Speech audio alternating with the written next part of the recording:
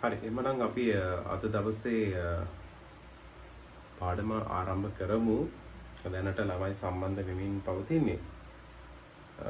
ළමයි 11 දෙනෙක් දැනට සම්බන්ධ වෙලා ඉන්නවා. තව කීප දෙනෙක් එන්නත් ඉන්නවා. හොඳයි එතකොට දැන් අද දවසේ ඔයගොල්ලන් මම දැනුවත් කරපු විදිහට හදිස්සියම අද අපි ක්ලාස් එක කැන්සල් කරන්නත් හැදුවේ 9ට විනාඩි 5ක් විතර තමයි කරන්ට් එක ආවේ. ඒක නිසා නැවත 9:10ට ආරම්භ කරනවා කියලා දැම්මේ. සමහර අය මං හිතන්නේ කලින් මැසේජ් එක දැකලා ඒගොල්ලෝ ක්ලාස් නැහැ කියලා හිතනවා නම් ඔයගොල්ලෝ ඔය දැනුවත් කරන්න. එහෙම නැත්නම් මම හිතන්නේ සමහර අයට පවර් කට් එකක් තියෙනවද දන්නේ නැහැ මේ වෙලාවට. කොහොම නමුත් ඔන්න අද දවසේ ඔයගොල්ලන්ට මිනුම් උපකරණ සම්බන්ධව තමයි කොටස සාකච්ඡා කරන්න උත්සාහ කරන්නේ.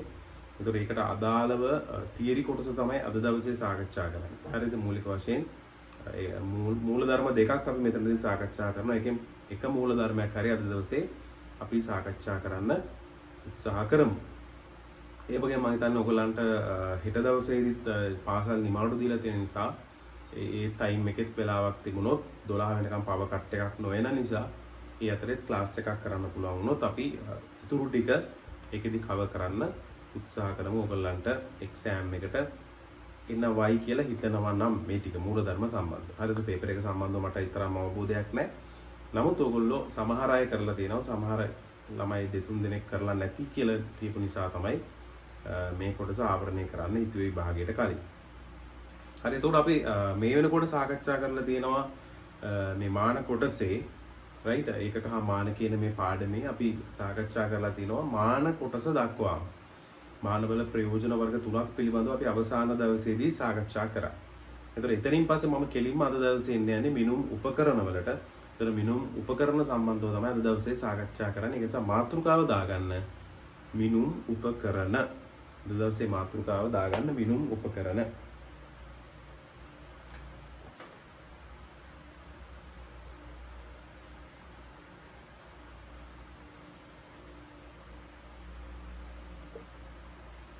හරි මිනුම් උපකරණ ගැන තමයි සාකච්ඡා කරන්නේ.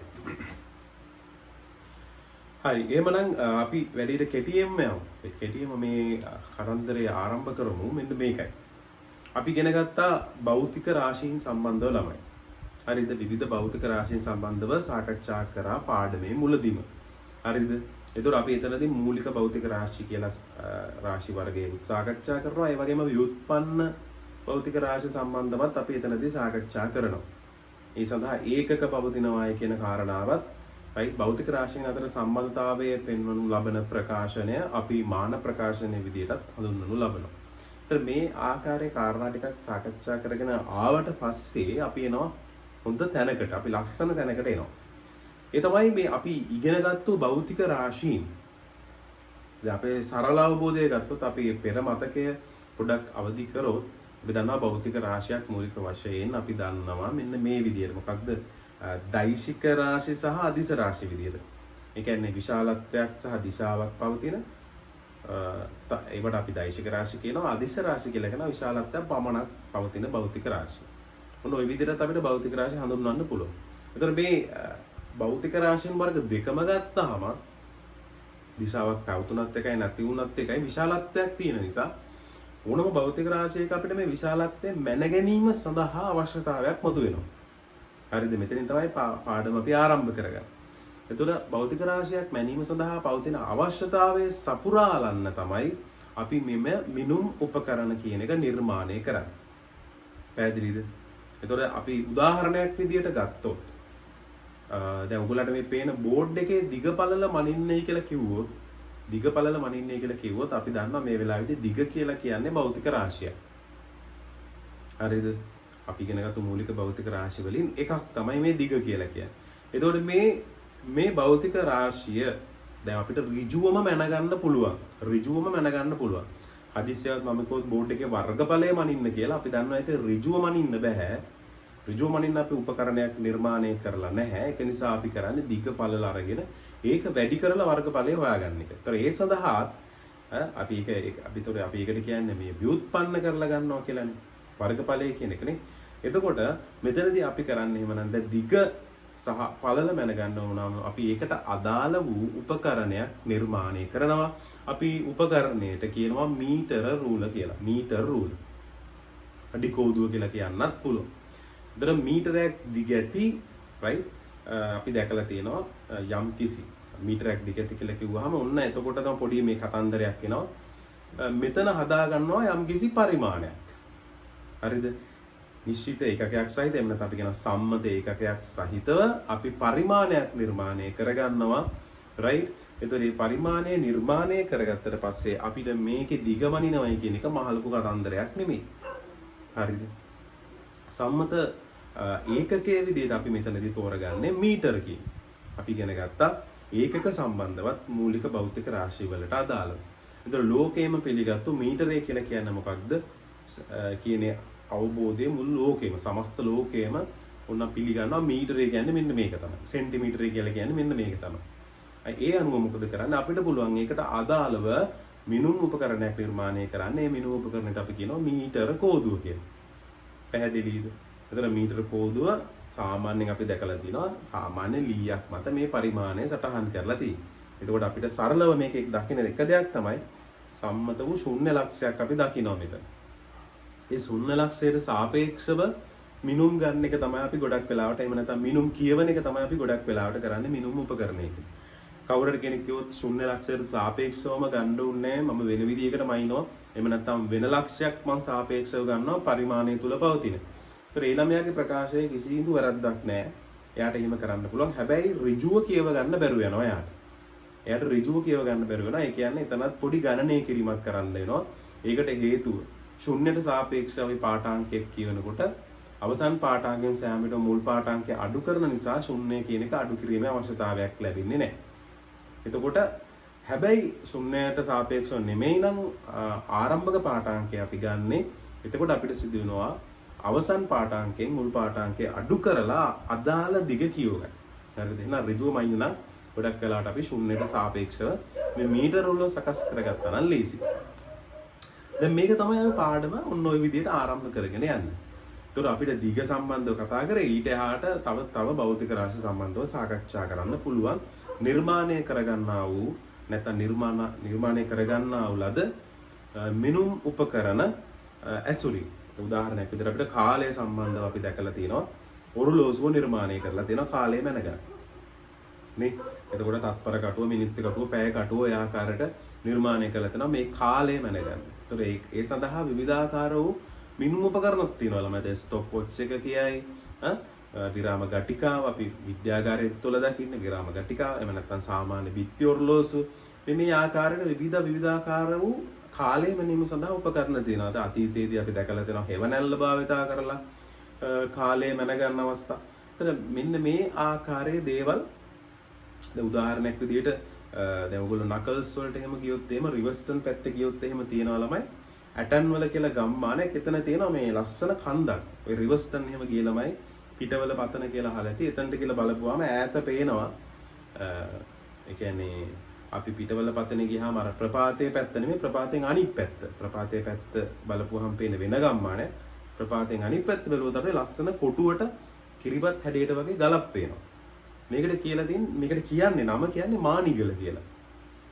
මානිගල කියන්නේ හේතුව තමයි දෙමළ වචනයක් මානි කියලා කියන්නේ. ඒතර එතනදී මේ ගමේ මිනිස්සු ඉස්සර ජීවත් වෙච්ච ගමේ මිනිස්සු වෙලාව බලා ගන්න තමයි මේ ගල පාවිච්චි කරලා තියෙන්නේ. ඒ කියන්නේ හිරු රශ්මිය උදේ පාන්දරේ ගලට පතිත වෙන තැන අනුව ඒගොල්ලෝ තීරණය කරනවා මේ වෙලාව උදේ 7යි. හරිද? ඒ වගේ. එතකොට දවල් මුදුන් වෙනකොට කොහොමද එයාගේ හෙවණැල්ල වැටෙන්නේ? ඒ ගලට අදාළ. එතකොට ඒ ගල දිහා බලලා තමයි ඔන්න මිනිස්සු ඒ කාලේ වෙලාව කියාගත්තේ. ඒතර ඒ ආකාරයට විවිධාකාර වූ මේ භෞතික රාශි කාලය කියන භෞතික රාශියමයිනේ විවිධාකාර වූ ප්‍රාථමික සහ ඊට එහාට ගිය මිනුම් උපකරණ තියෙනවා. හරිද? ඉතින් ඔය කතන්දරේ ඔහොම තියාගෙන දැන් අපි යනවා මිනිස්සු සම්මත වශයෙන් නිර්මාණය කරගත්ත හොඳ මිනුම් උපකරණවල පවතින දෝෂ සම්බන්ධව සාකච්ඡා කරා. හරිද? දෝෂ කියලා කියන්නේ ඒක ඇතුලේ තියෙන තව මොනවද අපි දැනගන්න ඕන කාරණා. ඒ කියන්නේ දෝෂයක් වෙන්නත් පුළුවන්. ඊතනින් එහාට ගිහලා දැන් මෙහෙම දේකුත් තියෙනවා. මිනුම් උපකරණයක් පාවිච්චි කරලා ඔන්න අපි දැන් පාඨාංකයක් ගන්න යනකොට අපිට එන පොඩි ලිමිට්ස් තියෙනවා. මේකට අපි කියනවා ලිමිට්ස්. ඒ කියන්නේ සීමාවක්. මෙන්න මේ කියන දිගට වඩා අඩුව අපිට මයින්ඩ් බෑ. මෙන්න මේ කියන දිගට වඩා අඩුව මයින්ඩ් බෑ. ඊට වඩා අඩුව මයින්ඩ් මේ මිනුම් උපකරණය සුදුසු නෑ. ඒක ඒ විදිහට පරිමාණයට ලක් කරලා නෑ. ස්කේල් කරලා නෑ. හරිද? එතකොට එහෙමනම් අපි මිනුම් උපකරණයක සැලකිය යුතු වශයෙන් හොයන්න ඕන දෙයක් තමයි ළමයි. සැලකිය යුතු වශයෙන් සෙවිය යුතු දෙයක් තමයි මිනුම් උපකරණයකින් මනින්න පුළුවන් කුඩාම මිනුම කුමක්ද? අන්න ඒක පිළිබඳ හොඳ අවබෝධයක් තියෙන්න ඕන. දැන් අර මම කලින්ම කියපු උදාහරණය අර ගමේ මිනිස්සු මානිගල ගල දිහා බලලා වෙලාව කියනකොට හිරු රශ්මිය පතිත වෙනකොටනේ ඒගොල්ලෝ උදේ 7යි කියන්න පුළුවන්. උදේ 7ට කලින් වෙලාව ඒගොල්ලන්ට කියන්න දන්නේ නැහැ. ඒ හිරු රශ්මිය පතිත වෙන්නේ නැතෝ කළුවරේ තියෙද්දි මේ කළුගල දිහා බලලා කියන්නේ පාන්දර 4යි. එහෙම කියන්න බෑනේ ළමයි. ඒතර ඒකට එහෙනම් ඒගොල්ලන්ට අදාළ කුඩා මිනුමක් තියෙනවා. ඔන්න උදේ 7 කියන්න පුළුවන්. ඊට පස්සේ එන වෙලාව අනුව අපිට ඒගොල්ලෝ හදාගෙන තියාගත්ත වෙන්න පුළුවන්. ඒක තමයි ඒකට අදාළ කුඩා මිනුම. හරිද? ඒ වගේ තියෙනවා. මීටර වලටත් ඕගොල්ලෝ දැන් කල්පනා කරලා බැලුවොත් කුඩාම මිනුම එකෙන් මනින්න පුළුවන් කුඩාම මිනුම කොච්චරද කියලා බැලුවොත් ඕගොල්ලන්ට මතක ඇති. සෙන්ටිමීටර් 1ද මනින්න පුළුවන් කුඩා මිනුම. එහෙම නැත්නම් මිලිමීටර් 1ද කියන එක දැන් ඕගොල්ලන්ට කල්පනා වෙන්න ඕන. හරිද? මීටර උඩකින් මනින්න පුළුවන් කුඩාම අගය සෙන්ටිමීටර් 1ද මිලිමීටර් 1ද කියන එක මම ඔන්න චුට්ටක් කල්පනා කරලා බලන්න. පැහැදිලිද? එතකොට දැන් භෞතික විද්‍යාඥයින්ට විද්‍යාගාරය තුල ගැටලුවක් එනවා ළමයි. මේ කුඩාම මිනුම තියාගත්තු උපකරණ වලින් සමහර දිගවල් මනින්න ගියාම මනින්න විදියක් නැතුව යනවා සමහර කුඩා දිගවල්. ඒගොල්ලන්ට අවශ්‍ය කරන කුඩා දිගවල් මනින්න බැරුව යනවා. අන්න එතකොට ඒගොල්ලන්ට සිදු වෙනවා මේ කුඩාම මිනුම ඊටත් වඩා කුඩා කරගත්තු මිනුම් උපකරණ නිර්මාණය කරන්න. හරිද? ඊටත් වඩා කුඩා වූ මිනුම් උපකරණ කුඩාම මිනුම ඊටත් වඩා කුඩා වෙච්ච. නමුත් ප්‍රශ්නයක් එනවා විද්‍යාඥයින්ට අපිට ඕන ඕන විදිහට කුඩා කරන්න ගියොත් ළමයි ස්වභාව ධර්මය අපිට එකඟ වෙන්නේ නැහැ. ඒකට හේතුව තමයි ස්වභාව ධර්මයේ විසින් අපිට දායාද කරලා තියෙන ලෝකයේ තියෙන විශිෂ්ටම නිර්මාණය තමයි මේ අක්සිය කියලා. අක්සිකාචය. මිනිස් ඇසේ තියෙනවා ළමයි යම්කිසි වස්තුවක් දිහා බලද්දී බලන්න පුළුවන් කුඩා ප්‍රමාණයක වස්තුවක් තියෙනවා. ඊට වඩා කුඩා වුණොත් අපිට බලන්න බෑ මේ වස්තුව. ඇස් දෙක මගින් මේ වස්තුව දිහා බලන්න බෑ. අපිට ශුද්‍ර ජීවීන් අපිට පේන්නේ නෑ වගේ. අපි අපේ ඇහැට සාමාන්‍යයෙන් මිලිමීටර් 1කට වඩා අඩු වෙනකොට අපි 0.1 මිලිමීටර් වගේ හිතන්නකො කුඩාගයක් 0.1 මිලිමීටර්. අන්න එවැනි කුඩාගයක් අපිට දැක ගන්න බැරුව යනවා. 0.1 මිලිමීටර වගේ කුඩා වස්තුන් පොඩිව දකින්න බෑ. එතකොට ළම එහෙම දකින්න බැරි S2කට පුළුවන්ද අර ඔයගලගේ මීටර රූලේ ඔන්න සෙන්ටිමීටර එකේ කොටස් වලට මීටර රූල 100කට කඩලා මේ සෙන්ටිමීටර එකත් 10 කෑලි වලට කඩනවා ළම එතකොට මිලිමීටර 1 බැගින් එනවා. සෙන්ටිමීටර 1 10ට බෙදුවාම ළමයි මිලිමීටර 1 ගාන එනවා. මිලිමීටර 10. ඕක දැන් ඕක පේන්නෙත් ළමයි අපිට ඇහැට එන චූටියට ඉරි ළඟ ළඟ පේන්නේ. ඕකත් 10ට බෙදුවොත් ළමයි අපිට ඉරි පේන්නේ නැහැ පැහැදිලිව. අර වෙන් වෙලා තියෙන අර මිලිමීටර එකක් කෑලි 10කට කැඩුවොත් අපිට ඒ කෑලි 10 වෙන්ව පේන්නේ නැහැ. ඕක ළමයි අපිට හරි ප්‍රශ්නයකට. S2කට පේන්නේ නැතුව කුඩා මිනුම එන පොඩි කරලා කිසි තේරුමක් නැහැ. කියව ගන්න බැරි නම්. පැහැදිලිද? ඒතර ඒකට අත්කාචයක් දාලා අපිට බලලා කියව ගන්නවද? ඒ වගේ දෙයකකට යනවද? එහෙම නැත්නම් විශේෂිත උපකරණ අන්වීක්ෂ වගේ පාවිච්චි කරලා කියව ගන්න යනවද? යන්න ඒ වගේ අපිට ඕන දැන් හිතන්න වෙනවා කාරණාවක් විද්‍යාඥයන්. සමහර විද්‍යාඥයෝ එමත් හිතන්නේ. උඩාවටම හදලා අන්වීක්ෂයක් වගේ දාලා එහෙනම් පාඨාංක කියව ගත්තා නම් හරි නේද වැඩි කියලා එහෙම හිතන්නත් ඇති. හැබැයි එහෙම නැතුව ඊට වඩා ලේසි ක්‍රමයක් තියෙනවා. මොකොත් අන්වීක්ෂ පාවිච්චි කරන්නේ නැතුව අපිට මේ මීටර රූල භාවිතා කරලා වෙනත් ක්‍රමයක් තියෙනවද මේ කුඩා මිනුම තවත් කුඩා කරගන්න. අන්න ඒ සම්බන්ධව තමයි ළමයි උසස් පෙළදී අපි භෞතික විද්‍යාවේදී සාකච්ඡා කරන්නේ. ඒ නිසා මේක හරි වැදගත්. මේ සම්බන්ධව මේ සාකච්ඡා කරන්න යන කාරණා විශ්වවිද්‍යාලවලදී පවා ඔයගොල්ලන්ට භෞතික විද්‍යාව සම්බන්ධව හෝ විද්‍යාව සම්බන්ධව යම්කිසි කාරණාවක් විශ්වවිද්‍යාල තුල අධ්‍යයනය කරනකොට මේ අපි අද දවසේ සාකච්ඡා කරන්න යන කොටස හරි වැදගත් වෙනවා. හරිද? එහෙම නැත්නම් ඔක ප්‍රයිවට් කැම්පස් එකකට යද්දිත් මම මේ කතා කරන්න යන එක විද්‍යාව සම්බන්ධව කාරණාවලදී වැදගත් වෙන කාරණාවක්. හරි. එහෙමනම් දැන් විශේෂයෙන් සිවිල් ඉංජිනේරින් වගේ යන පැත්තකට මේ අපේ දවසේ මිනුම් උපකරණ සම්බන්ධව සාකච්ඡා කරන දේවල් වැදගත් වෙනවා. හරි. එහෙමනම් මම මේ කතා කරපු සවිස්තරාත්මක දේවල් ටික කොහොම ලියන්න යන්නේ අවශ්‍ය දේවල් ටික විතරක් ඔයගොල්ලන් නෝට් එකට දෙනවා. ඒක නිසා ඔන්න ලියාගන්න මෙන්න මෙහෙම. මිනුම් උපකරණ මාතෘකාව දැම්මනේ. ඒ යටතේ ලියාගන්න.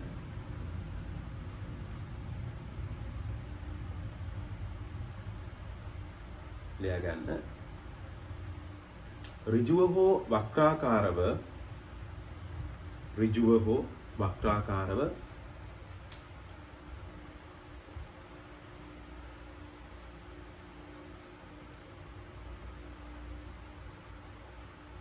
මැනිය හැකි රාශීන්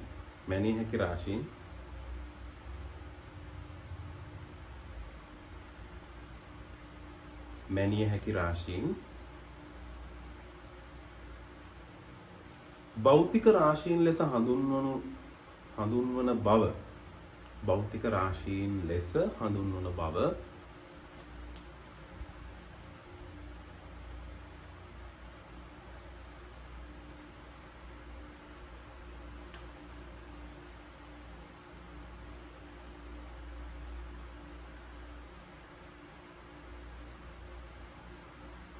ඉහත පරිච්ඡේදවලදී සාකච්ඡා කළ අතර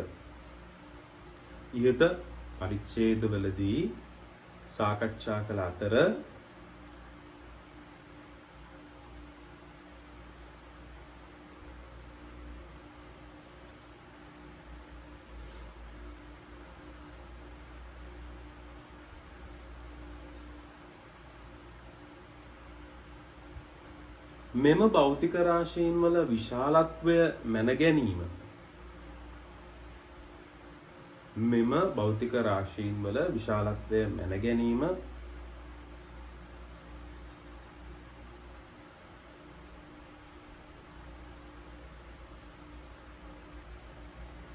සඳහා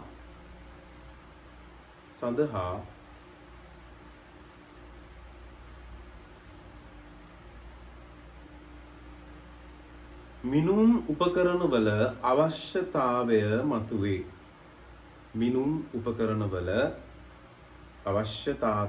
මතුවේ.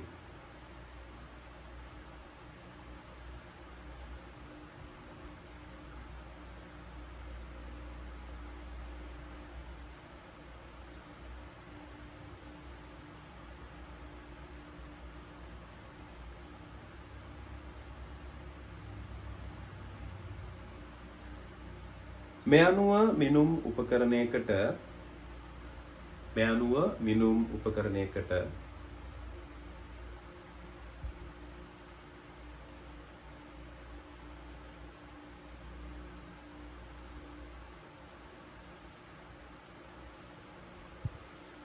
සම්මත ඒකකයකින් ක්‍රමාංකනය කරන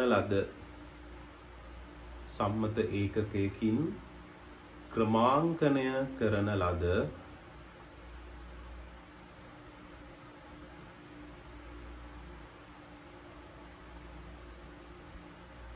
පරිමාණයක් පැවතිය යුතුය.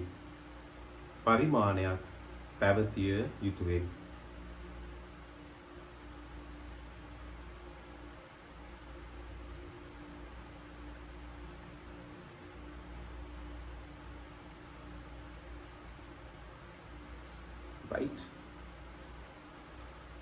ඒකට අදාළව කෙටියෙන් ලියාගමු. ලියාගන්න උදාහරණයක් විදිහට මෙන්න මෙහෙම උදාහරණයක්.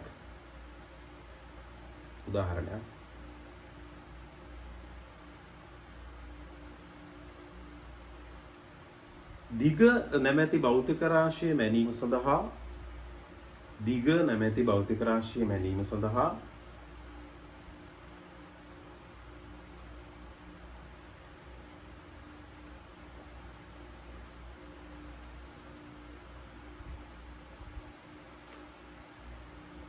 මීටර් රූල භාවිතා කරයි.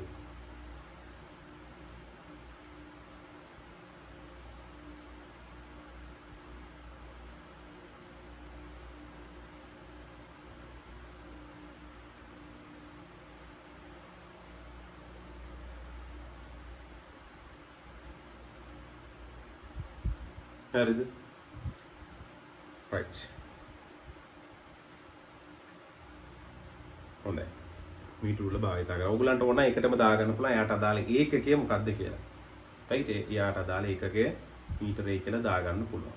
හරිද? මීටරයට අදාළව ඔන්න සම්මත ඒකකයකින් පරිමාණයක් නිර්මාණය කරනවා. මොනවද? මීටරයක්. ඒ කියන්නේ සෙන්ටිමීටර් 100ක කොටස්. මීටරය කෑලි 100කට බෙදලා ඒකත් ආයෙ කෑලි 10 ගන්න. එතකොට ඔක්කොම කෑලි 1000කට බෙදනවා. මීටරේ කෑලි 1000කට බෙදලා තමයි මේ මීටර රූල නිර්මාණය කරලා තියෙන්නේ. පැහැදිලිද? මීටර් එකක් කියන එක කෑලි 1000කට බෙදලා ඔන්න මීටර රූල නිර්මාණය කරලා තියෙනවා. ඒක තමයි සම්මත ඒකකයෙන් නිර්මාණය කරන ලද පරිමාණය.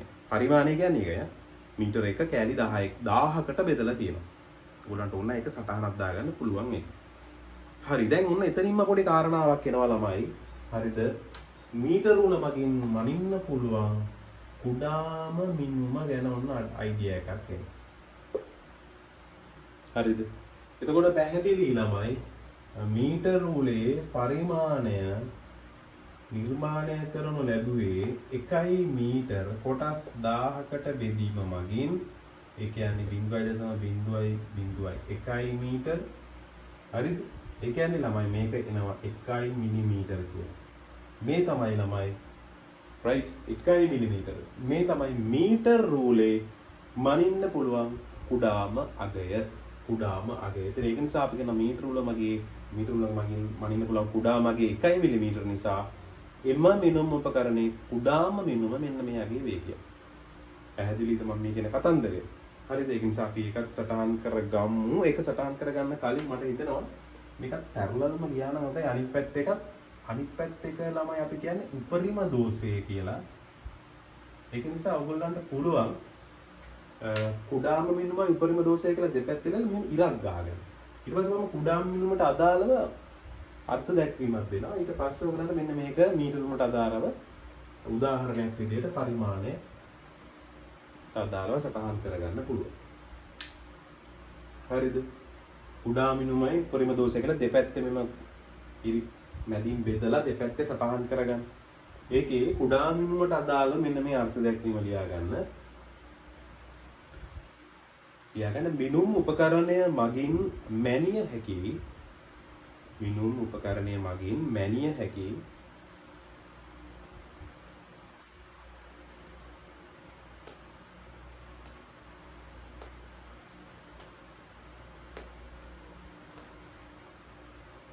කුඩාම අගය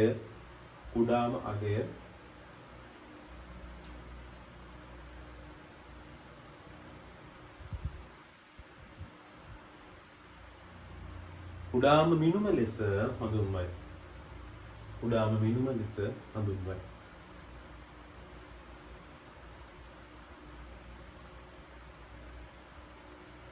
කුඩාම මිනුම ලෙස හඳුන්වයි. ඒතර ඒකට අදාළ උදාහරණය මෙන්න මේක දාගන්න. මීටර රූලට අදාළව එයාගේ කුඩාම මිනුම 1 මිලිමීටර බවට පත් වෙනවා. මේක ඒකට අදාළව සටහන් කරගන්න.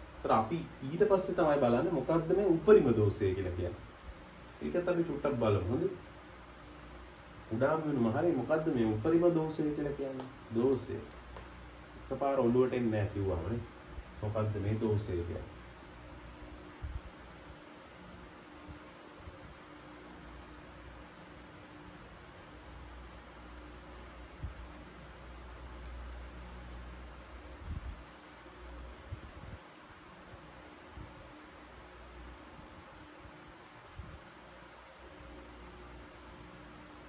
හරි නේද? මේක සටහන් කරගන්න කාලය ඇතිනේ.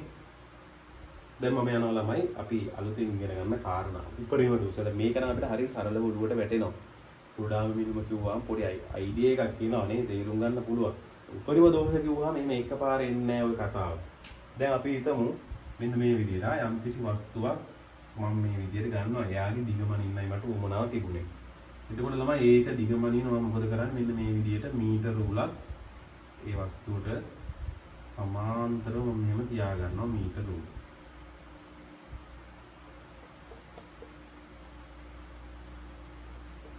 right.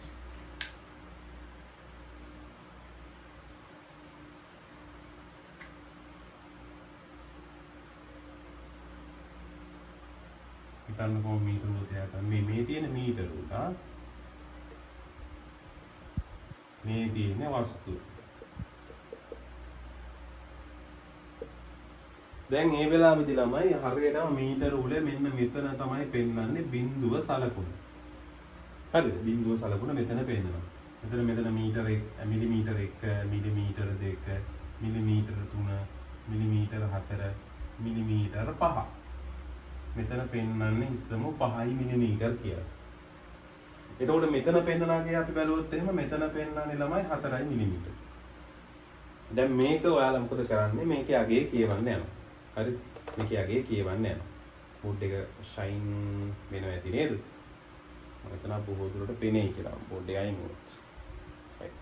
හරි මම අයින් වෙලා මෙන්න මේ හැදලා පැහැදිලි කරොත් දැන් මෙතන ළමයි ඔයගොල්ලෝ කියවන්න ඕනේ හරියටම මෙයාගේ අගේ. නමුත් ඔන්න දැන් ප්‍රශ්නයක් එනවා. මනින්න පුළුවන් කුඩාම මිනුම 4 මිලිමීටර සමාන 1 මිලිමීටර කුඩාම මිනුම. මේ වෙලාවේ අගේ කියව ගන්න විදියක් නැහැ. දැන් ආරම්භක අගේ නම් 0යි. නමුත් අවසන් අගේ කියව ගන්න විදියක් නැහැ. 4 මිලිමීටර වලට පොඩ්ඩක් වැඩි. 5 මිලිමීටර වෙලත් නැහැ. මේ පේනව නේද? 4 මිලිමීටර වලට පොඩ්ඩක් පැනලාදී නමුත් 5 මිලිමීටර ආසන්න වෙලත් නැහැ. එතකොට අපිට පොඩි ගැටලුවක් එනවා මෙවැනි එකක් කියවගන්නේ කොහොමද කියලා. අපි හිතේ අඩමාණයට වගේ තීරණය කරනවා ළමයි.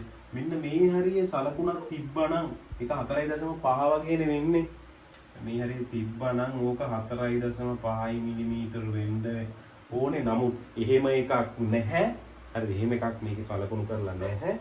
නමුත් මට තේරෙන විදිහට මෙතන නිකන් ඇවිල්ලා නැවතිලා තියෙන්නේ මට හිතෙන්නේ 4.4 මිලිමීටර වගේ.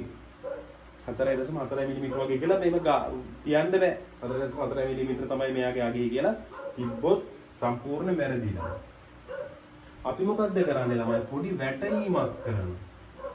වැටීම මගින් කියනවා අපි ඕලල් කාලේ ඉගෙනගෙන තියෙනවා 4.5 ඕ 5 පැන්න ගම අපිට පුළුවන් එක 5යි කියලා ගන්න. 4.5ට කලින් 4.4 4යි ඊට වඩා වැඩි එකක් 4.49 හරි මොකක් හරි තිබ්බොත් අපි දන්නවා ඒක වටයන් එකලින් 4ට ළඟ. එතකොට අපිට පුළුවන් වැටීම් මගින් මේක 4 මිලිමීටර කියලා ලියන්න. දැන් මේකම දෝෂයක් නෙමෙයිද ළමයි? දැන් මේක තමයි මේ අපි කතා කරන දෝෂය. නිවැරදි ආකාරයට පාඨාංකයක් ගන්න නොලැබීම, නිවැරදි දිග කිවා ගන්නට නොහැකි වීමම දෝෂයක් දැන් මෙතන. දැන් මේ දෝෂයේ වෙන්න පුළුවන් මැක්සිමම් වැලියු එක, මැක්සිමම් රේන්ජ් එක. වෙන්න පුළුවන් උපරිම දෝෂය තමයි මෙතනදී කතා කරන්නේ. හරිද? දැන් අපි කියමු දැන් මෙතන දැන් 4.5ට ආසන්න වෙනකම් ළමයි රේන්ජ් එක 4 තමයි යන්නේ. 4.49ට කිට්ටු වෙන ඔන්න මෙන්න තිබ්බත් ළමයි ඒක කියවන්නේ 4යි කියලානේ. එතනම ළමයි එනවා නේද පොඩි දෝෂයක්.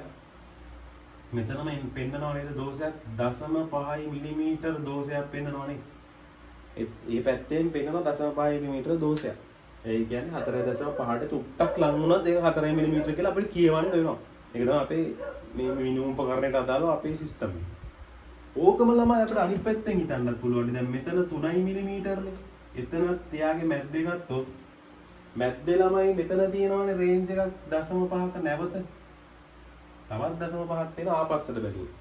දැන් මේ 0.5 අයිති ළමයි 4 මිලිමීටර කියන එකනේ. ඒ කියන්නේ 3.5 පැන්න ගමම්ම 3.5 හෝ 3.5 පැන්න ගමම්ම වැටීමේදී කියවන්නේ ඒක 4 මිලිමීටර කියලා. එතකොට මේ 4 මිලිමීටර කියන රේන්ජ් එකට දෙපැත්තෙන් ළමයි මට දාන්න පුළුවන් ධන හෝ ඍණ 0.5යි කියලා ඔන්න ඔහොම එකක් වැටෙනවා. 4 මිලිමීටර කියන තැනට 0.5 ධන හෝ ඍණ කියලා වැටෙනවා. 4.5 දක්වා යන්නත් පුළුවන්. ඍණ වුණොත් 3.5 දක්වා ඒ රේන්ජ් එක අතර තමයි හිටින්නේ ළමයි.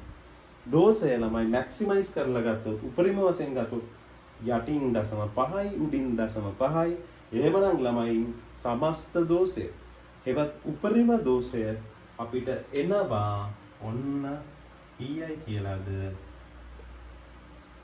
වෙන්න පුළුවන් උපරිම දෝෂය 1 මිලිමීටර කියලා අයිඩියා එකක් එනවා දැන් ඕගොල්ලන්ගේ උඩුවට. කාරණාව පැහැදිලි ඇති කියලා හිතනවා. මේක මේ වට යන්න ගියාම තමයි වෙන්නේ. කියන්නේ අපිට මෙතන ළමයි කුඩාම මිනුම 1 මිලිමීටරනේ. ඊටත් වඩා තව කුඩාම එකක් නැහැනේ. කෑලි වලට කඩලා නැහැනේ. ඉතින් ඒකම අපිට බාධාවක්නේ කියව ගන්න ගියාම. මෙන්න මේ වගේ තැන තියෙනකොට ඒ අතරමැද අපිට සිදු වෙනවා ඇස් මට්ටමින් බලලා මේ වගේ අගයක් ඇති ඒක නිසා වටේනවා කියලා 4 මිලිමීටර වලට වට යනවා. ඔක තමයි වෙන දෝෂය.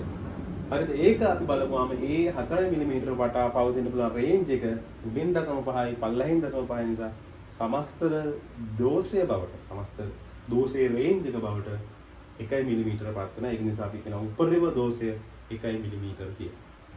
හරිද? ඒක තමයි ළමයි උපරිම දෝෂය කියන එක. දැන් මේක හොයාගත්තට පස්සේ හරිද? ඔන්න තව ඒවා අලුතෙන් හොයාගන්න පුළුවන් වෙනවා. මොකද තව ඒවා හොයාගන්න පුළුවන්.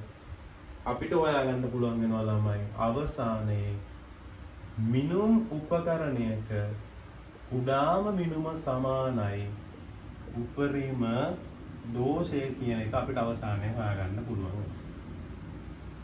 හරිද? ඕනෑම මිනුම උපකරණයක කුඩාම මිනුම එහි උපරිම දෝෂයට සමාන වන බව අවසානයේ පැහැදිලි වෙනවා මේ අගයන්ගෙන්.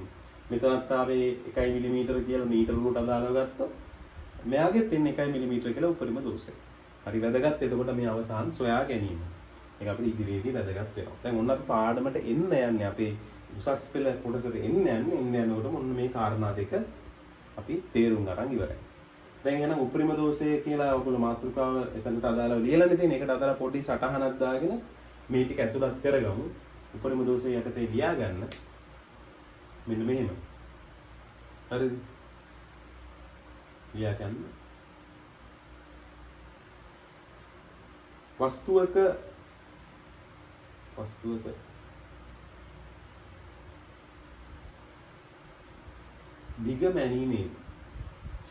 වස්තුවක දිග මැනීමේදී නැත්නම් මිනුමක් ලබා ගැනීමේදී වස්තුවක දිග මැනීමේදී කැමති එකක් කියන්න.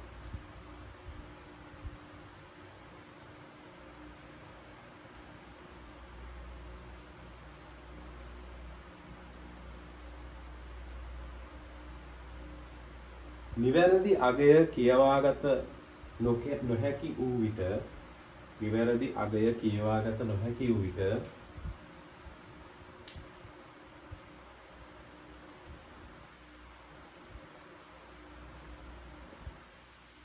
නිවැරදි අගය කියවාගත නොහැකි වූ විට ඊට ආසන්න අගය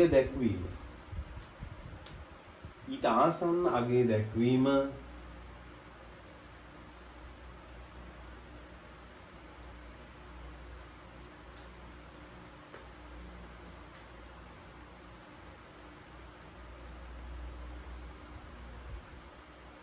උපකරණයේ දෝෂය ලෙස හඳුන්වයි. උපකරණයේ මිනුම් ලබා ගැනීමේ දෝෂය ලෙස හඳුන්වයි. right?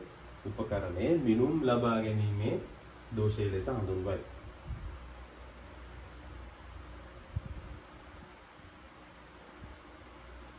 Excuse me, sir. Okay. Sir, මේ බෝඩ් එක වට ෂයින් වෙනවනේ. right. තාම මම ලියන්න දුන්නේ නැහැ. මම ලියන්න දෙනකොට මම මෙතනින් අයින් වෙනවා. හරිද? right. එතකොට ඕගොල්ලෝ ලියන්න ගන්න.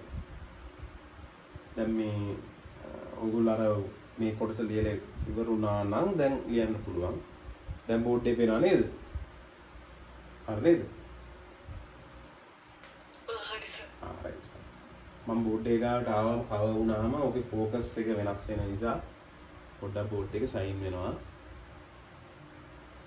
හරි. එතකොට මේ අදාළ ඔයගොල්ලෝ වාක්‍ය ලියාගත්තනේ. දැන් ඔයගලන්ට පුළුවන් බෝඩ් එකේ තියෙන කොටස් ටික සටහන් කරගන්න. ඒකෙන් පස්සේ අවසානයේදී මේ කුඩා බිඳුම විපරිම දෝෂයට සමාන වෙනවයි කියන එකත් කොටු කරලා ළමයි විශේෂිත වශයෙන් ඒක සටහන් කරගන්න ආයෙ බලනකොට පැහැදිලිව පේන විදියට. හරි.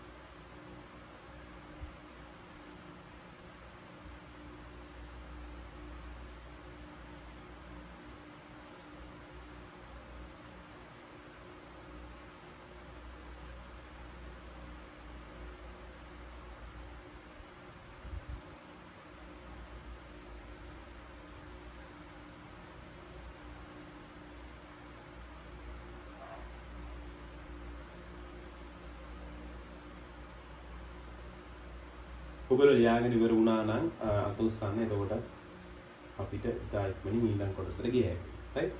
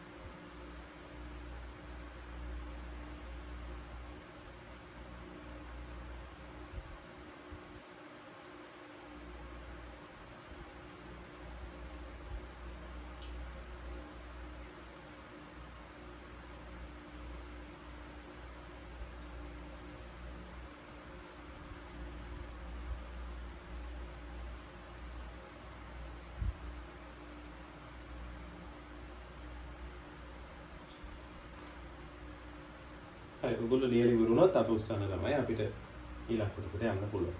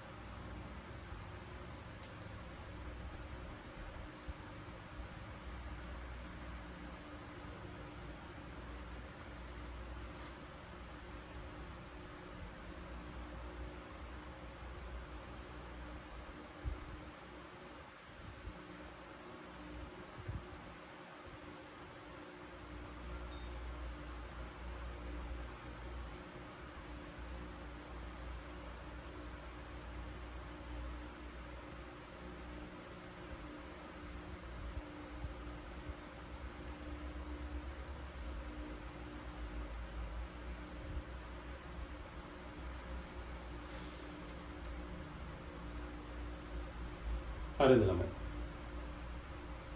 සටහන් කරගෙන ඉවරයිද? අවසාන වශයෙන් කුඩාම මිනුම සමානයි උපරිම දෝෂය කියන අගය ඒ අදාළ සමීකරණයත් ඒ ප්‍රකාශනයත් සටහන් කරගන්න. ආය නැවත බලනකොට හොඳට පේන විදිහට ළමයි. ඒක අපිට වැදගත්. හරි දැන් එහෙමනම් ළමයි අපිට කාරණාව අවබෝධයි. ඒ කියන්නේ මිනුම් උපකරණයක් නිර්මාණය කරන්නේ ඇයි කියන කාරණාව නිර්මාණය කරාට පස්සේ අපිට එන ගැටලු මොනවද කියන කාරණාවත් පැහැදිලි නිසා එයාට අන්නන්න වෙච්ච කාරණා මොනවද කියන එකත් දැන් අපිට පැහැදිලි යම් තාක් දුරට නෙවෙයි ළමයි අපිට හොඳට පැහැදිලි. මීට මෙහාට යන ගැඹුරක් නැහැ මේකේ. ඔක තමයි යන්න පුළුවන් උඩරිම ගැඹුරුම මේක ඇතුලේ. දැන් මෙතනින් එහාට තමයි අපි යන්නේ ඔන්න ගැඹුරු තැනකට. හරිද? දැන් අපි කුඩා මිනුම අවම කරගන්න අපි මිනුම් උපකරණ නිර්මාණය කරනවා. අනිත් පොඩි වැරද්දක් තියෙන මාතෘකාවේ අපි මිනුම් උපකරණ නෙමෙයි නිර්මාණය කරන්නේ. නිර්මාණය කරගත්තු මිනුම් උපකරණයට පොඩි ඇඩිෂනල් දෙයක් කරනවා අපි. පොඩි ඇඩ් කරනවා පාර්ට් එකක්. හරිද ළමයි? ඒ කියන්නේ කුඩා මිනුම අවම කර ගැනීම සඳහා තමයි දැන් මිනුම් උපකරණය අපි මොකද කරන්නේ? අපි අලුත් වැඩියා කරනවා. ඒ කියන්නේ නව නිර්මාණයක් කරනවා මෙතන. හරිද? ඒ නව නිර්මාණය තමයි විවිධ අවශ්‍යතා සඳහා යොදා ගන්නා වූ ක්‍රමවේද තුනක්. එහෙම නැත්නම් අපි කියන මූල ධර්ම දෙකක් මෙතනදී හඳුන්වලා දෙනවා. හරිද? ඒ කියන්නේ කුඩා මිනුම තවත් අවම කරගන්න. හරි කෙනෙකුට කියන්න පුළුවන් ඒකට එනම් පුළුවන් තව කෑලි කෑලි වලට කපලා නැත්නම් අර පරිමාණය තවත් කොටස් වලට කඩලා අපිට පුළුවන් අන්වීක්ෂයක් භාවිතා කරලා ඔන්න අපිට පාඩම් කියවන්න පුළුවන් වඩාත් ලේසි කියලා. ඔව් ඒකත් ගැටලුවක් නෑ. ඒකත් හොඳයි. මිනුම් උපකරණ. ඒතකොට උපකරණ දෙකක් අපිට අවශ්‍ය වෙනවා මේ වෙලාවේදී දිග කියව ගන්න. එක උපකරණයක් තමයි මීටර් රූල. මීටර් රූලය අගය කියව ගන්න අපිට ඔන්න අවශ්‍ය වෙන අන්වීක්ෂ. ඒතර එතනම මිනුම් උපකරණ දෙකක්. දැන් අපිට ඒක ගැටලුවක් වෙනවා ළමයි. ඉතින් ඒක නිසා අපිට මිනුම් යම්කිසි භෞතික රාශියක විශාලත්වයෙන් මනින්න මිනුම් උපකරණ දෙකක් භාවිතා කරනවා නම් එතරම් භෞතික විද්‍යාව අසාර්ථක වෙලා තියෙනවා. හරිද? ඒත් භෞතික විද්‍යාව දැන් පුළුවන් තරම් කරන්නේ අවම කරගන්න වැඩ ප්‍රමාණය අවම කරගෙන ඉතා පහසුවෙන් ලබා ගන්න තමයි අපි බලන්නේ. හරිද? ඒක නිසානේ වෙන්නේ. නැනෝ ෆිසික්ස් කියන දක්වාම නැනෝ ටෙක්නොලොජි එක දක්වාම ඉන්නේ පුළුවන් තරම් අපි ඉස්සර භාවිත කරපු සියලුම දේවල් එන්න කුඩා වෙලා අපේ අතට ගන්න පුළුවන් මට්ටමටම ඇවිල්ලා තියෙනවා. හරිද? දැන් දුරකථනයේ බිහි වෙන්නේ එහෙමයි. හරිද? අවසානයේ විශාල පරිගණකයේ අපේ අතට ඇවිල්ලා තියෙන කුඩා පරිගණකයක් බවට පත් වෙලා තියෙනවා. ඒ මට්ටමටම ඇවිල්ලා තියෙනවා. හරිද? ඉතින් ඒක ඒ ආකාරයට ඔන්න භෞතික විද්‍යාව දියුණු වෙනකොට ගැටලුවක් තියෙනවා. අර මම කලින් කිව්වා වගේ එහෙම පිළිතුරක් දුන්නොත් ගැටලුවක් වෙනවා. නේ? අන්වීක්ෂක දාලා මේක කරන්න පුළුවන් වැඩක් නෙවෙයි. ඒතකොට ඒකට එහෙමනම් ඔන්න ක්‍රමවේද දෙක අපි ඒකට මූලධර්ම දෙකක් අර්ථ දක්වනවා ළමයි. මේ මූලධර්ම දෙක තමයි වර්නියර් මූලධර්මය සහ අපි කියනවා ස්කුරුප්පු මූලධර්මය කියලා. හරිද? වර්නියර් මූලධර්මය සහ ස්කුරුප්පු මූලධර්මය. මේ දෙකෙන්ම කරන්නේ ළමයි දිග මනින එක. හරිද? ඒ කියන්නේ ඊ타ත්ම කුඩා දිගවල් මනින්න තමයි මේ මූලධර්ම දෙක නිර්මාණය කරලා තියෙන්නේ. දැන් සමහර වෙලාවට අපිට මෙහෙම දේවලුත් තියෙනවා. අපිට දෙන එකම දෝෂය කුඩාම දිගමයින් එක විතරක්ම නෙමෙයි. දිග ඒව මයින්ඩ් බෑන් සමහර අපිට උදාහරණයක් විදිහට අපිට මෙතන ඉඳලා හඳට තියෙන දුර මයින්ඩ් මිනුම් උපකරණයකුත් නැහැ. මෙතන ඉඳලා හඳට තියෙන දුර මයින්ඩ් මිනුම් උපකරණයක් නැහැනේ. හරිද? ඒකට ඒක මිනුම් උපකරණයක් අපිට නිර්මාණය කරන්නත් බෑ. මේකට වෙනයම් වූ කාරණා පාවිච්චි කරනවා. ඒ අදාළ දුර මයින්ඩ්. ආලෝක වර්ෂ කියන එක එන්නේ ඒ අදාළ ඒකකයෙන් ඒකනේ එතනට. හරිද? ඒකට අදාළ වෙනත් යම් කිසි ක්‍රමවේද තියෙනවා. ඒ අදාළ වේගය මේ දුර මැනගන්න. හරිද? එහෙමනම් අපි මෙතනදී දැන් මේ කරන්න යන්නේ ඉතාමත්ම කුඩා දිගවල් නිවැරදිව මයින්නේ කොහොමද කියන එක තමයි මේ මූලධර්ම දෙකෙන් සාකච්ඡා කරන්න යන්නේ. දෙකෙන්ම කරන්නේ එකම වැඩේ. හැබැයි ක්‍රමවේද දෙකක්. ක්‍රමවේද දෙකක් නිසා පරිස්සමින් අපි මේ කතන්දර දෙක ඉගෙන ගන්න ඕනේ. හැබැයි ලේසි ළමයා මේ අමාරු දේවල් නේ භෞතික විද්‍යාව අපි පළවෙනි පාඩම ඒ තරම් අමාරු කොටස් නෙමෙයි. දැන් අපි දෙවෙනි පාඩමෙත් මැද කොටසකට ඇවිල්ලා තියෙන නිසා අච්චර අමාරු නෑ මේකට තේරුම් ගන්න. එහෙමනම් අපි පොඩි මාතෘකාවක් ලියාගමු මේකට පොඩි ආරම්භයක් ගන්න. මෙන්න මෙහෙම ලියා ගන්න. කුඩා මිනුම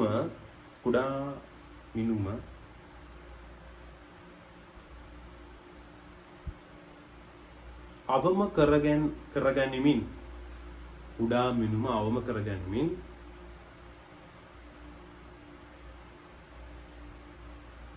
කුඩා මිනුම අවම කරගනිමින් මිනුම් උපකරණ නිර්මාණය සඳහා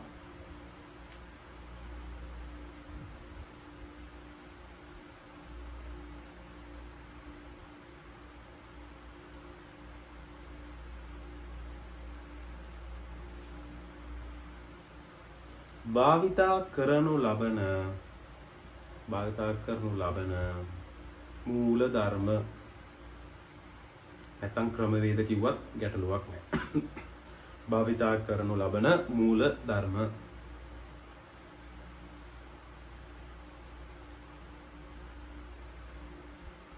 හරි. මාතෘකාව යටතේ අපි පොඩි සටහනක් දාගෙන අදාළ කරුණු ටික ලියලා අදාළ තැනට ඇවිල්ලා සාකච්ඡා කරමු. right? ලියා ගන්න මෙන්න මෙහෙම.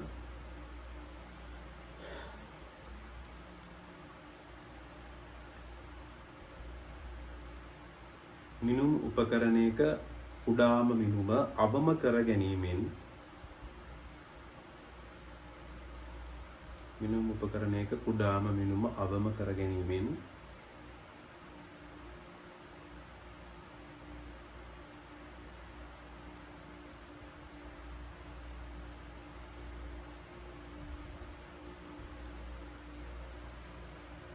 එම මිනුම් වල දෝෂයද අවම වන බව right එම මිනුම් වල දෝෂයද අවම වන බව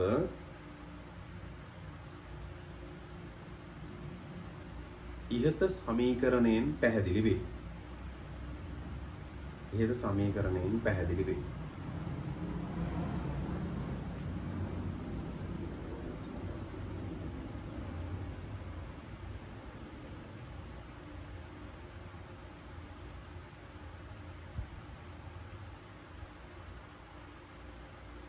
මේ සඳහා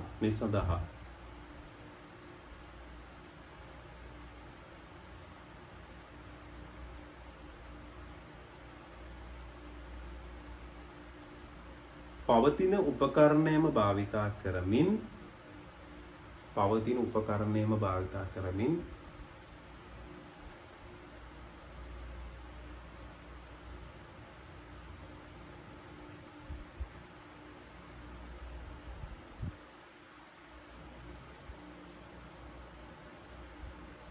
සුළු නිර්මාණයක්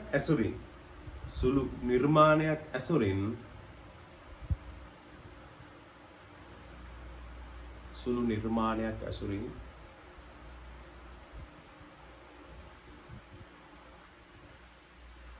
කුඩාම මිනුම අවම කරගන්නා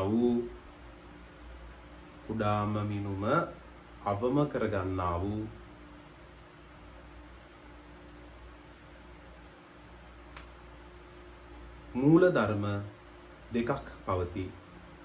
මූලධර්ම දෙකක් පවතී.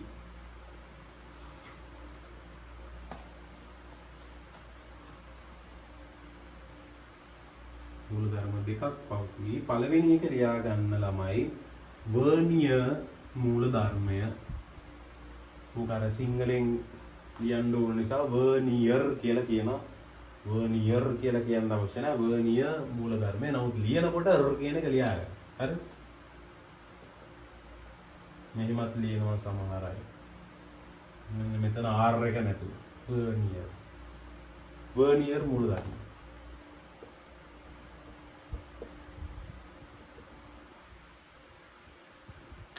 හරි.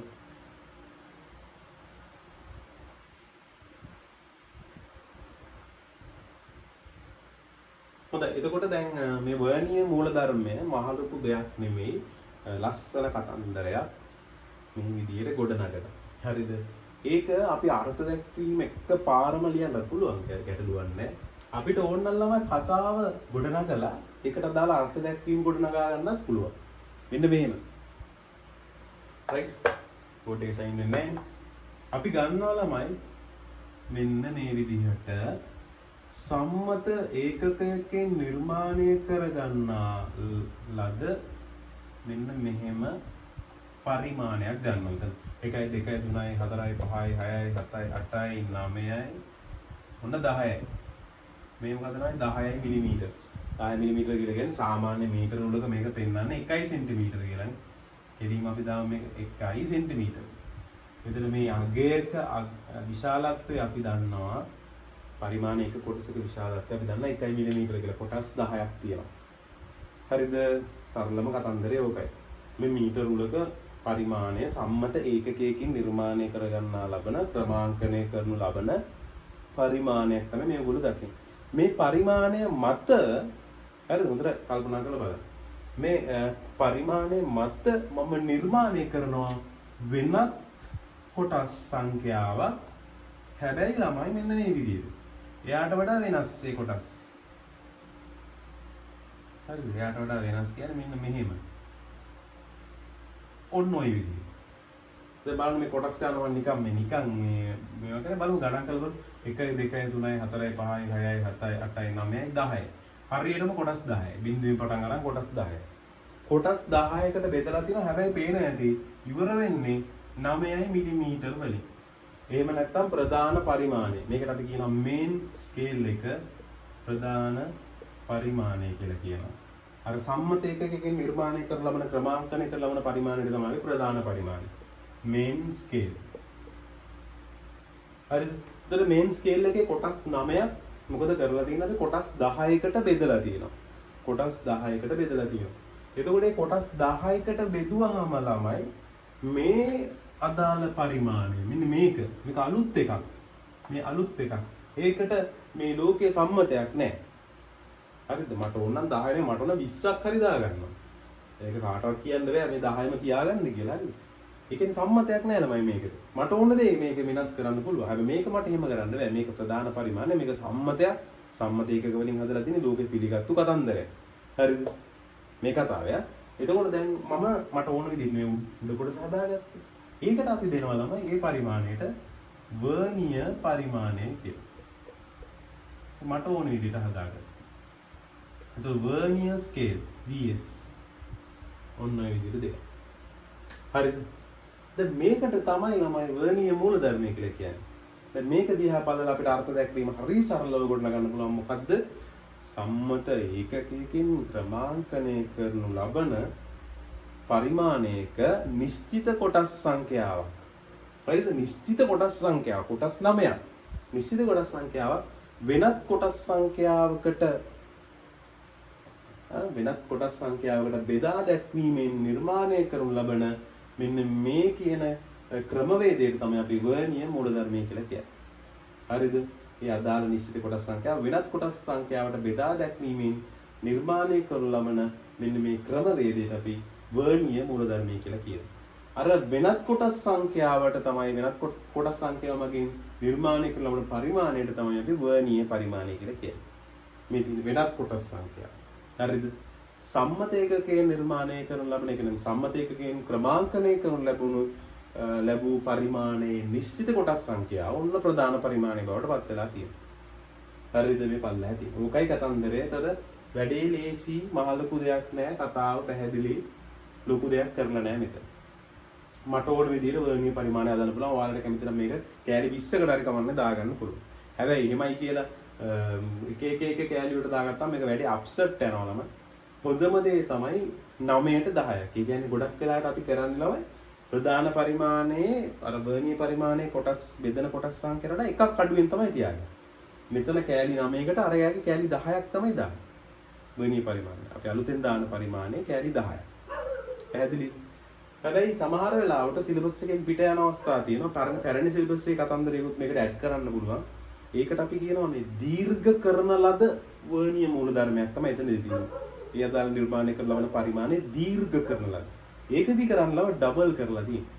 ඒ කියන්නේ මෙයාගේ කෑලි 9කට ප්‍රධාන පරිමාණයේ කෑලි 9කට වර්නියර් එකේ කෑලි 20ක් දානවා. ඒක දීර්ඝ කරපේක. ඩබල් කරලා දාලා තියෙනවා. හරිද? මේක 10ක් දාන්න ඕන එක 20ක් දාන්න. හැබැයි අපි ඕගොල්ලන් බය වෙන්න දෙයක් නැහැ. සිලබස් එකේ අපි පරණ සිලබස් එකෙන් අයින් කරා කියන්නේ අලුත් සිලබස් එකට එක අයින් කරලානේ තියෙන්නේ. ඕගොල්ලන්ට තියෙන ලේසි. මොනවාද? ප්‍රධාන පරිමාණයේ කෑලි 9ක් ගත්තොත් අර ඉන්නේ 10යි. ප්‍රධාන පරිමාණයේ කෑලි 19ක් ගත්තොත් අරක උඩ ඉන්නේ 20යි. එකක වෙනසක් තියෙන්නේ. එකක වෙනසින් තමයි මේක බැලන්ස් කරලා තියෙන්නේ. හරිද? එහෙම හිතා ගන්න පුළුවන්. ඒකට අපිට වැඩේ එච්චර අමාරු නෑ. හරි එහෙනම් කතන්දරේ පැහැදිලිනේ තමයි. හරිද? කතන්දරේ පැහැදිලි. ඊට පස්සේ අපි බලමු මේක කොහොමද මේ කුඩා වුනේ. මේක උඩ මෙහෙම එකක් හැදුවයි කියලා. මේකේ කුඩා මිනුම කොහොමද කුඩා වුනේ? තවත් කුඩා වුනේ කියන එක අපි චුට්ටක් බලමු. ඒක ලස්සන කතන්දරයක්. හරි. එහෙනම් අපි වර්නියර් මූලධර්මය ඉස්සෙල්ලා වචනෙන් ලියාගෙන රූප සටහන ඇඳගමු. මෙහෙම ලියාගෙන අර්ථ දැක්වීම. හරි? ලියා ගන්න. සම්මත ඒකකයකින් ක්‍රමාංකනය කරන ලද පරිමාණයක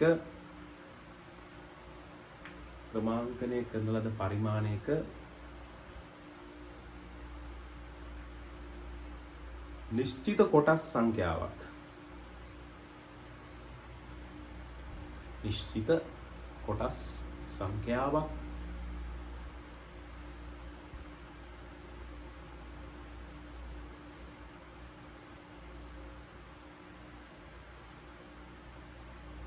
වෙනත් කොටස් සංඛ්‍යාවකට බෙදා දැක්වීමෙන්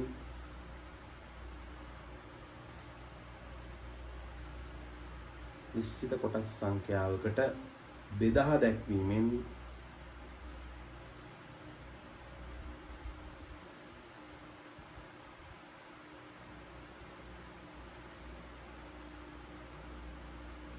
ලැබෙන්නා වූ පරිමාණය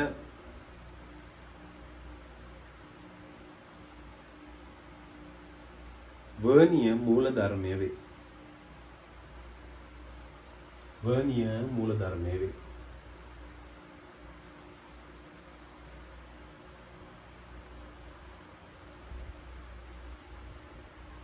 හරිද ළමයි?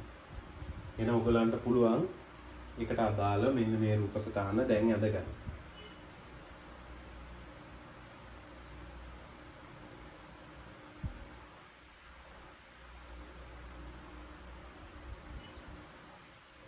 හරිද? ඒ ඇඳට පස්සේ පොඩ්ඩක් මම දෙනවා ඔයගොල්ලන්ට පොඩි දේවල් ටික ෆිල් කරන්න. උත්තර ටික මට කියන්න. මෙන්න මේක මට පුළුවන් නම් හොයලා කියන්න.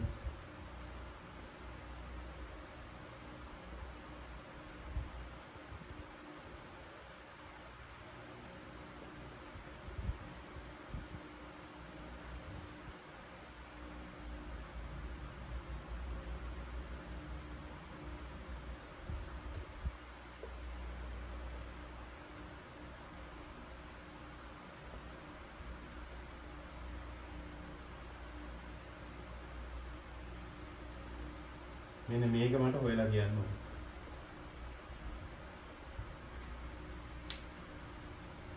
සුදුසුතරණ ඇඳලා පහලින් මේ දෙකත් ලියාගෙන ඒකේ අගයන් දෙකත් ලියන්න බලන්න. ලියලා කියන්න උත්තර කීයද කියලා. මයික් එක ඔන් කරලා කියන්නත් පුළුවන් නැත්නම් මැසේජ් එකක් දාන්නත් පුළුවන්.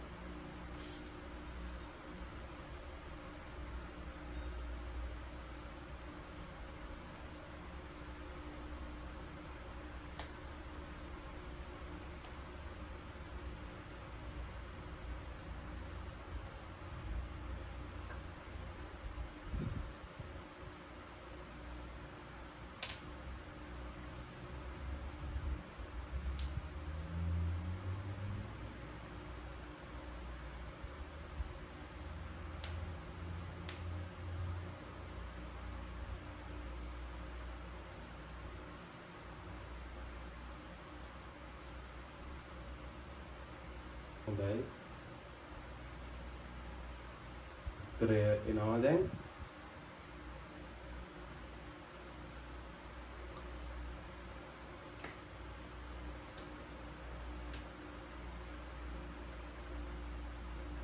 ඔයගලන්ට මේ පාඩම සම්බන්ධව ටෙක්නිකල් ප්‍රොබ්ලම් එකක් ආවොත් ටෙක්නිකල් ඉෂුව එකක් ආවොත් ලොකු ගැටලුවක් වෙන එකක් නැති වෙයි. මොකද මම මේකේ පොඩි වීඩියෝ එකක් රෙකෝඩ් කරනවා ඔයගලන්ට ඒක YouTube එකට දාලා ඔයගලන්ට ලැබෙන්න සලස්වන්නම්. එහෙම වුණොත් හදිස්සිය හරි වෙයිට් උත්තර ටික නිවැරදි. හදිස්සිය හරි ටෙක්නිකල් ඉෂුව එකක් ආවොත් සමහරවිට සිග්නල් ප්‍රශ්න ලාභෝන්ත වුණා වගේ ප්‍රශ්න තිබුණොත් ආයෙ නැවත පාඩම් බලන්න පුළුවන්. හැබැයි පොඩි ගැටලුවකට තියෙන එක්සෑම් එකට කලින් ඔයගලන්ට මේ වීඩියෝ එක ලබා දෙන්න පුළුවන් වේද කියන සැකේ තියෙනවා. ඒ නිසා පාඩමත් එක්ක ඉන්න වීඩියෝ එක තියෙනවනි කියලා ඔයගොල්ලෝ මේකෙන් හිතන්නත් එපා. වීඩියෝ එක සමහරක් විට අප්ලෝඩ් වෙන්නේ ටික දවසකට පස්සේ. හරිද? එහෙම වුණාම ගැටලුවකුත් නැගලට අයිනවක බලන්නත් පුළුවන් මොනවා හරි අපහැදිලි දැනක් තිබුණා. හරි මම හිතන්නේ පිළිතුරු ලැබුණා. ප්‍රධාන පරිමාණ කොටසක අගය ටිකනම් හදන්න දෙයක් නැහැ. මේකේ තියෙනවා 1 මිලිමීටර් කියලා. නමුත් වර්ණීය පරිමාණයක එක් කොටසක අගය හොයනකොට ඔයගොල්ලෝ කොටස් 10ේම අගය. හරිද? කොටස් 10ේම අගය කොච්චරද කියලා බලනවා. 1 2 3 4 5 10 බලනකොට ඒක ප්‍රධාන පරිමාණයෙන් කොටස් 9කට සමානයි. බිඳුව කියන දෙන්න එකම තැනනේ තියෙන්නේ. අතන ප්‍රධාන පරිමාණය කොටස් 9කට සමානයි කියලා කියන්නේ ළමයි. 9ක දිග ළමයි 9යි මිලිමීටර. නේ? 9ම දිග කියලා කියන්නේ 9යි මිලිමීටර කියන්නේ. කොටසක 1යි මිලිමීටර, කොටස් 9 කියන්නේ 9යි මිලිමීටර. ඒක සමාන වුණේ වර්ණීය පරිමාණය කොටස් 10ක. එහෙනම් එකක හොයන්න ඕන නම් මේක බෙදලා බලපු ගමන් එනවා 0.9 මිලිමීටර කියලා නේ. ඒකට කරගන්න බැරි වෙච්ච අය ඉන්නවා නම් ඒක හදාගන්න. හරි. දැන් මට විද්‍යාගාරයේදී නම් ළමයි මේක ඔයගලන්ට ලස්සනට පැහැදිලි කරන්න තිබුණා. මොකද ඒකට එක අදාළව උපකරණයක් නිර්මාණය කරලා තියෙනවා. මේක අවුරුදු 6කට විතර කලින්. අවුරුදු 6කට විතර කලින් නැති වුණු ගොඩ්ෆ්‍රිස් ඔයගොල්ලෝ සමහරට දන්නවද දන්නේ නැහැ. සාමාන්‍ය මීගු එහෙම ටියුෂන් වල ටිකක් උඩින් ඉහළ තලයේ හිටපු ගුරුවරයෙක් තමයි. පැරණිම භෞතික විද්‍යා ගුරුවරු. ගොඩ්ෆ්‍රිස් මම දැන් නිර්මාණය කරපු පොඩි නිර්මාණයක් තියෙනවා. ඔයගොල්ලෝ හැම වෙලේම අර මම ඉන්න ටේබල් එක උඩ දැකලා ඇති පොඩි ලෑලි කෑලි දෙකක් එහෙම තියෙනවානේ. ඒක උඩ එක සර්පණය කරන්න පුළුවන් පොඩි ලෑලි කෑලි දෙකක් අතර ඒකෙන් ලස්සනට පැහැදිලි කරන්න පුළුවන් අපිට මේ කොහොමද වර්ණීය පරිමාණය ප්‍රධාන පරිමාණය මත සර්පණය වෙමින් කුඩා මිනුම තවත් කුඩා කරන්නේ කොහොමද කියන එක ලස්සනට පෙන්වන්න තිබුණා. දැන් මෙතන ඒක පෙන්වන එක ටිකක් මට අපහසු වෙලාම මොකද මේ රූප සටහන මට සර්පණය කරන්න බැරි නිසා. සරල මම පොඩ්ඩක් එක මනසින් කරන්න උත්සාහ කරන්නම්. මොකද මනසින් හිතන්න මම මේක මවන්න උත්සාහ කරන්න. සාර්ථක භාවය ඔයගොල්ලන්ට තීරණය කරගන්න. හරිද? දැන් කතන්දරේ මෙහෙමයි ළමයි. දැන් මේකෙන් දැන් ඔන්න යම් කිසි උපකරණයක සමාන වස්තුවක මිනුමක් මනින්න යනවා. මනින්න යනකොට කන්සෙප්ට් එක වෙනස් වෙන්නේ නැහැ. මොකද්ද කන්සෙප්ට් එක වෙනස් වෙන්නේ නැහැ කියලා කියන්නේ සෑම විටම වස්තුවේ ආරම්භය සනිටුවන් කරන්නේ ප්‍රධාන පරිමාණයේ බිඳුව සලකුණෙන්. හරිද?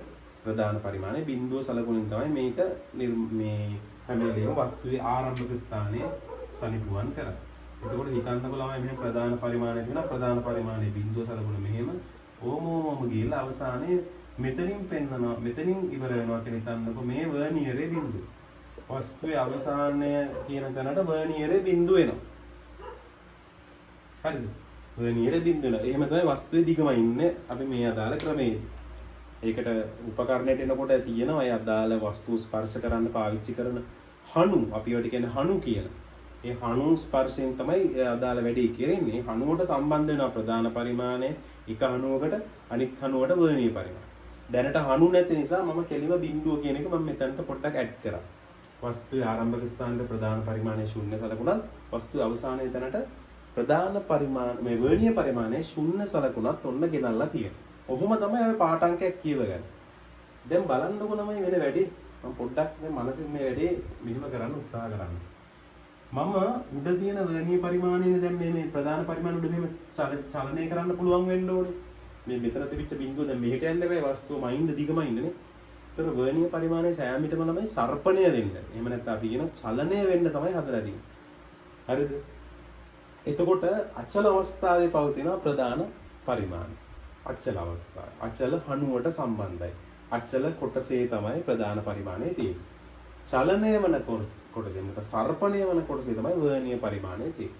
වර්ණීය පරිමාණය මම ඔන්න දැන් අරන් යනවා පොඩ්ඩක් ඉස්සරහට. අරන් යනකොටම ළමයි හොඳට නිරීක්ෂණය කරන්න මෙන්න මේ සලකුණු දෙක අතර තියෙන දුරයි මෙන්න මේ තියෙන සලකුණු දෙක අතර තියෙන දුරයි මෙන්න මේ තියෙන මේ පරතරයක් නේ. එන්න වැඩි වෙනව නේද? මේ හොඳට බලන්න මේ සලකුණයි ඊළඟට ඉන්නේ මේ දෙන්නට මේ දෙන්න කපල් තමයි කියන්නේ කපල් ගෝල් එකක් වගේ දෙනවා. හරිද? එතකොට මේ කපල්ස් වල මෙන්න මේ දෙන්න තමයි ළම ඈතින් මේ කපල් එක. මේ 10 කියන එක අයින් කරපුවාම මේ 9 කියන තැනයි මේ 9 කියන තැනයි තමයි ඈතින්ම තියෙන්නේ. 9 ජෝඩුව, මේ 1 ජෝඩුව, මේ බිඳුවේ ජෝඩුව. බිඳුවේ ජෝඩුව එකිනෙකට එක උඩ තියෙනවා. එක උඩ බිඳුවේ ජෝඩුව තියෙනවා කියලා කියන්නේ කිසිම පාඨාංකයක් නැහැ කියන එක. ඒ කියන්නේ වස්තුවක් නැහැ. වස්තුවක් තිබ්බ ගමන් බිඳුවේ ජෝඩුව එහාට යනවා. එහාට ගියපු ගමන්ම ළමයි ඉස්සරළම සමපාත වෙන්නේ මේ අඩුම දුරක් තියෙන දෙන්න. ඒ කියන්නේ එකේ ජෝඩුව තමයි ඉස්සරළම මොකද වෙන්නේ? සෙට් වෙන්නේ එක ඉස්සරළම සමපාත වෙන්නේ ওই ජෝඩුව. එතකොට ළමයි බිඳුව කොච්චරක් ඉස්සරහට ගියාද කියලා කාට හරි කිව්වොත් කාට හරි ගණනය කරලා කියන්න. එහෙම නැත්නම් කොච්චරක් ඉස්සරහට මේ බිඳුව ගියාද කියලා කිව්වොත් ඒ ගිය දුර ළමයි මේ චූටි දුර නේද? මෙන්න මේ x කියන පොඩි දුර නේද? x කියන පොඩි දුර. මොකක්ද මේ පොඩි දුර ළමයි? මේ x කියන පොඩි දුර එන්නේ කොහොමද කියලා අහුවොත් ප්‍රධාන පරිමාණයේ එක් කොටසක දිගින් වර්ණීය පරිමාණයේ එක් කොටසක දිග අඩු කරොත් අපිට ලැබෙනවා ඒ යගේ. උන්න අඩු කරනවා 0.9 උත්තරේ එනවා 0.1 මිලිමීටර කියන. මේ x කියන එක. හරිද? තව ටිකක් අපි ඉස්සරහට අපි බලනවා මෙන්න මේ යගේ මේ තියෙන මේ පරතරයේ යගයත් කොච්චරද කියලා. හරි? මෙන්න මේ කියන පරතරයේ යගයත් කොච්චරද කියලා අපි බලමු. ඒක බලනකොට ප්‍රධාන පරිමාණයේ කොටස් 2යි ප්‍රධාන පරිමාණයේ කොටස් 2යි වර්නියරේ කොටස් 2යි. මෙන්න මෙහෙම මෙතන ඉඳලා මෙතනටයි මෙතන ඉඳලා මෙතනටයි. වර්නියරේ කොටස් දෙකක් කියලා කියන්නේ ළමයි 0.9 2ක්. ඒ කියන්නේ 1.8යි. ප්‍රධාන පරිමාණයේ කොටස් දෙකක් කියලා කියන්නේ 2 මිලිමීටර. ඒතර ඒකේ වෙනස එන්නේ ළමයි 2 මිලිමීටර වලින් 1.8ක් අඩු කරන්න. එතකොට එන්නේ ළමයි කොච්චරද? 0.2 මිලිමීටර. හරිනේ? 0.2 මිලිමීටර. ඒ කියන්නේ x කියන්නේ 0.1යි නා. 0.2 කියලා කියනවා මෙතන 2x කියලා කියන්නේ. එතන මේක 2x කියන අනිවාර්යයෙන් මේක 3x, 4x, 5x, 6x, 7x, 8x, 9x ඔන්න ඔය විදිහට යනවා. මේ ආකාරයට උගලන්න පේන නැති එක එක තැන්වල අගයන් ටික වෙනස් වෙලා තියෙන විදිහ පේනවා. ඒ අදාළ පරතරය. ඒ කියන්නේ බිඳුව චුට්ටක් හරි ඉස්සරහට ගියාකපු ගමන් අඩු වෙන්න මෙන්න මේ x එක. x එක බිඳුව බවට පත් වෙනවා. ඒ කියන්නේ මේ පරතරය බිඳුවක් වෙනවා. එතකොට මේ පරත දැන් x එකක් අඩු වෙනවා. මේක x බවට පත් වෙනවා. 2x x වෙනවා. 3x 2x බවට පත් වෙනවා. 4x 3x වෙනවා. ඔය ආකාරයට හැම x එකක්ම හැම එකකෙම